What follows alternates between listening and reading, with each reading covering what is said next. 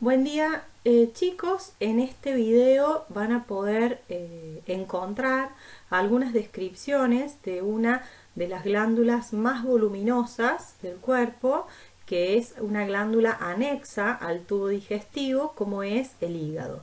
El hígado es una glándula muy voluminosa que se encuentra inmediatamente por debajo del diafragma, y en este video van a poder ver algunas de las descripciones fisiológicas que realiza esta glándula.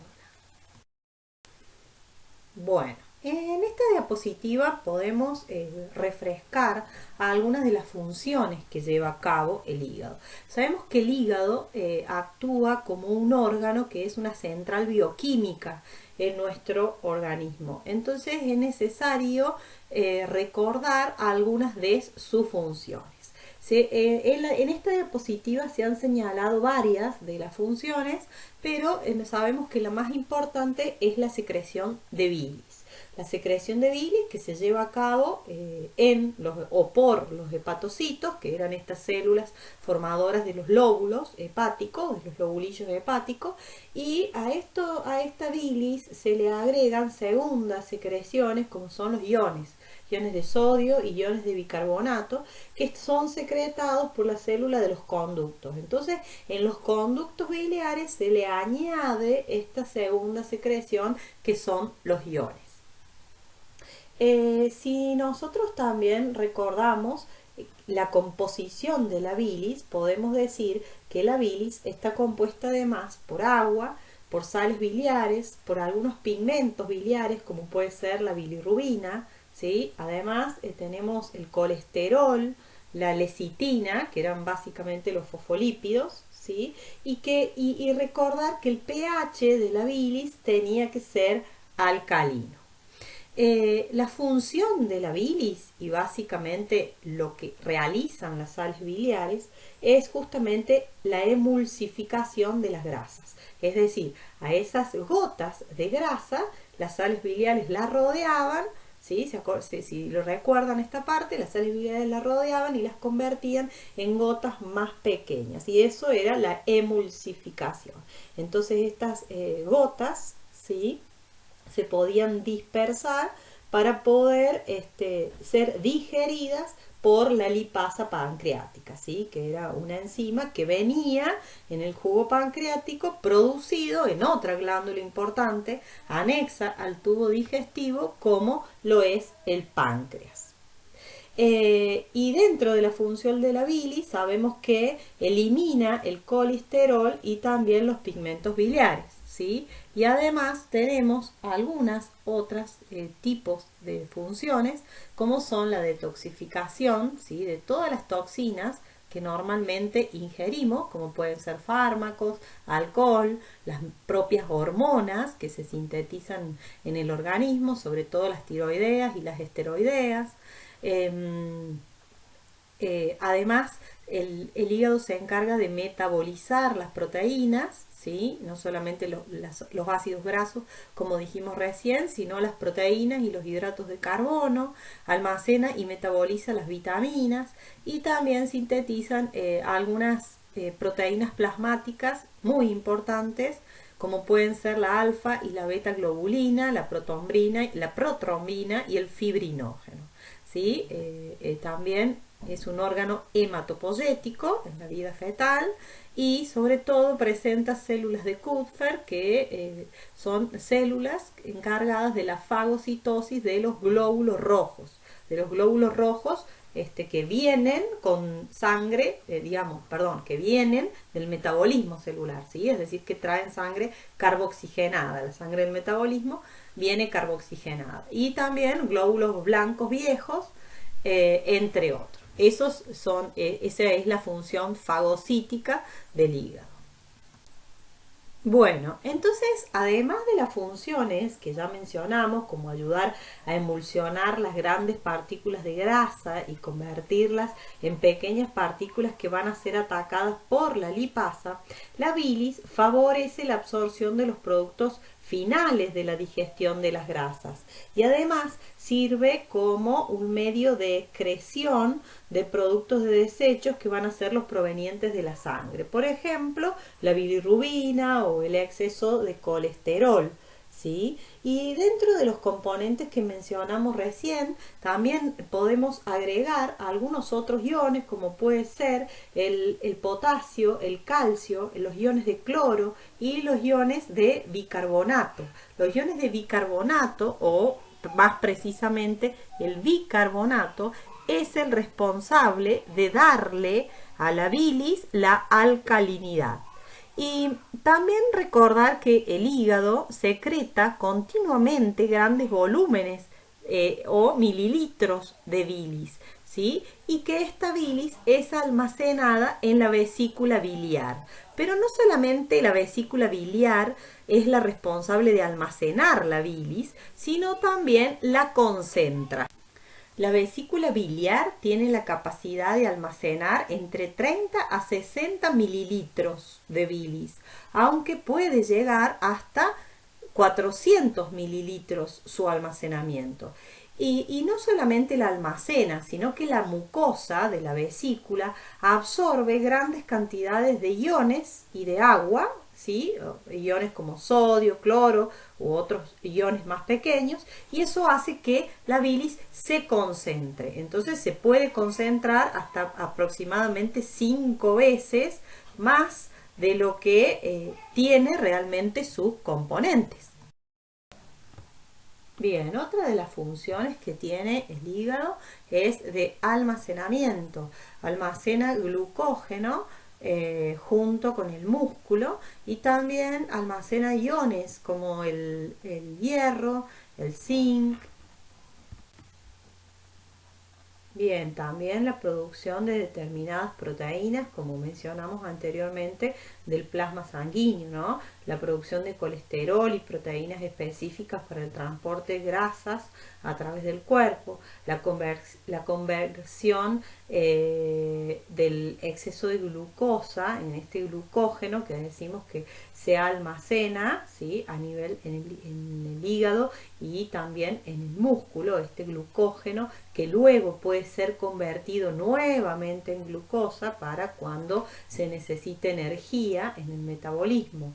También la regulación de los niveles sanguíneos de aminoácidos, ¿no? Que son los transformadores de las proteínas.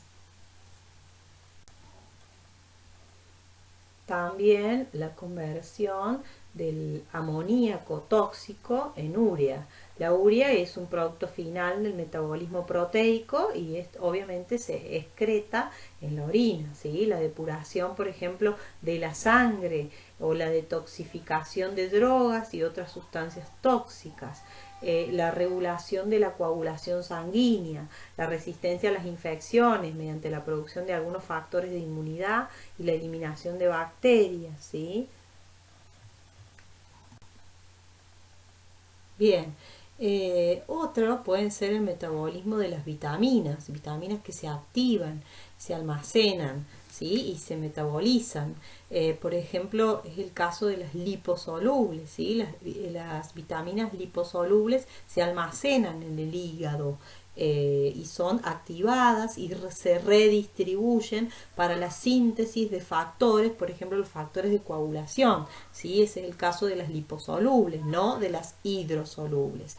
Por ejemplo, el retinol, la vitamina K. Otro de los componentes importantes que tiene la bilis son los pigmentos biliares.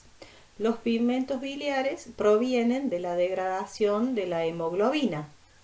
La hemoglobina que está en los glóbulos rojos. Los glóbulos rojos, cuando cumplen su ciclo de vida, aproximadamente a los 120 días, van a órganos del sistema, por ejemplo el vaso, que pertenece al sistema linfático, donde este grupo M comienza a degradarse y pasa a formar, entre otros productos, la biliverdina, que luego se transforma en bilirrubina y que esta bilirrubina es la que va a pasar a formar parte de la bilis.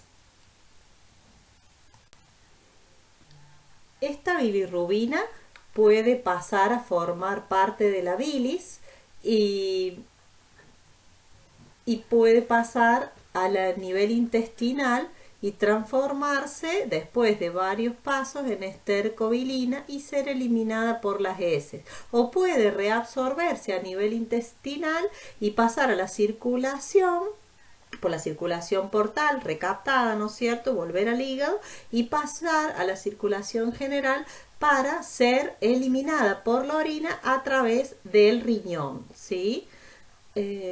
Entonces, es decir, que puede tener diferentes caminos, puede tomar la bilirrubina un camino directo, ¿sí?, que se transforma en una bilirrubina directa o una bilirrubina indirecta. La directa es la que está conjugada, es la que se excreta por las vías biliares y llega a la vesícula biliar y desde ahí el camino que estamos mencionando anteriormente, ¿no? Para ser eliminado por las heces o por la orina. Bien, entonces tenemos algunos estímulos que van a regular tanto la producción, el almacenamiento y la liberación de la bilis cuando a nivel del duodeno se la necesita para poder emulsionar grasas. Esta regulación va a ser, por ejemplo, regulada por la estimulación parasimpática a través del nervio vago que conlleva a contracciones débiles de la vesícula biliar para poder realizar la liberación de la bilis. Por ejemplo, la secretina, ¿sí?, que se secreta a nivel del duodeno y que viaja por sangre, estimula la producción a través de los conductos de bicarbonato, ¿sí?, entre otros compuestos que secretan los conductos y conductillos. Y otra de las hormonas que llega por vía sanguínea es la colecistocinina y favorece la contracción de la vesícula biliar y la relajación del esfínter de Oddi, permitiendo el paso de la bilis hacia el duodeno. Sabemos que a nivel del esfínter de Oddi también llega el conducto principal del páncreas, ¿sí?, que se ha unido con el colédoco en esa ampolla de váter y desembocan en el duodeno, en la primera porción del intestino delgado, que es el duodeno, a través del esfínter de Oddi. Entonces, como ya dijimos, la bilis es secretada de manera continua por el hígado, ¿sí?, y a través de los conductos hepáticos se almacena en la vesícula, ¿sí? Y esta secreción es continua, pero el camino hacia la vesícula lo lleva a cabo cuando el individuo está en reposo. Y desde la vesícula, por medio de estímulos, ¿sí?, principalmente los que mencionamos recién, que son hormonales, la vesícula excreta esas secreciones de bilis concentrada, ¿no es cierto?, que se ha almacenado ahí y camina hacia el duodeno. Una vez que se abre el esfínter de Oddi, esa secreción de bilis se vuelca hacia el interior del duodeno. Para resumir la producción de la bilis, sabemos que el hígado secreta aproximadamente hasta 1000 mililitros de bilis al día y tiene un color amarillento debido obviamente a su contenido de bilirrubina y de biliverdina. Y esta bilis se libera después de las comidas a través del esfínter de Oddi a la luz del duodeno. Entonces esta liberación está regulada por una hormona, ¿sí?, que se va a secretar en el intestino delgado, que es la colecistocinina. También teníamos la regulación por otra hormona que era la secretina, o a través del vago por el sistema nervioso parasimpático. Es decir que el estímulo más importante para el vaciamiento de la vesícula biliar, ¿sí? El más potente, se lleva a cabo a través de la colecistocinina, ¿sí? Que es la que se sintetiza en las células de la mucosa del duodeno, y esta síntesis se lleva a cabo siempre que haya presencia de alimentos grasos, ¿sí? De ácidos grasos. O sea que esa presencia de ácidos grasos estimula a la mucosa para secretar colecistocinina, y esa colecistocinina estimula las contracciones, ¿sí? Vesiculares para la liberación del contenido que se ha almacenado y concentrado de bilis, y eso es vertido hacia la luz del duodeno. Además, la acetilcolina, que es procedente de las fibras del nervio vago, ¿sí? O también del sistema nervioso entérico, contribuyen a la liberación de la bilis por la vesícula biliar.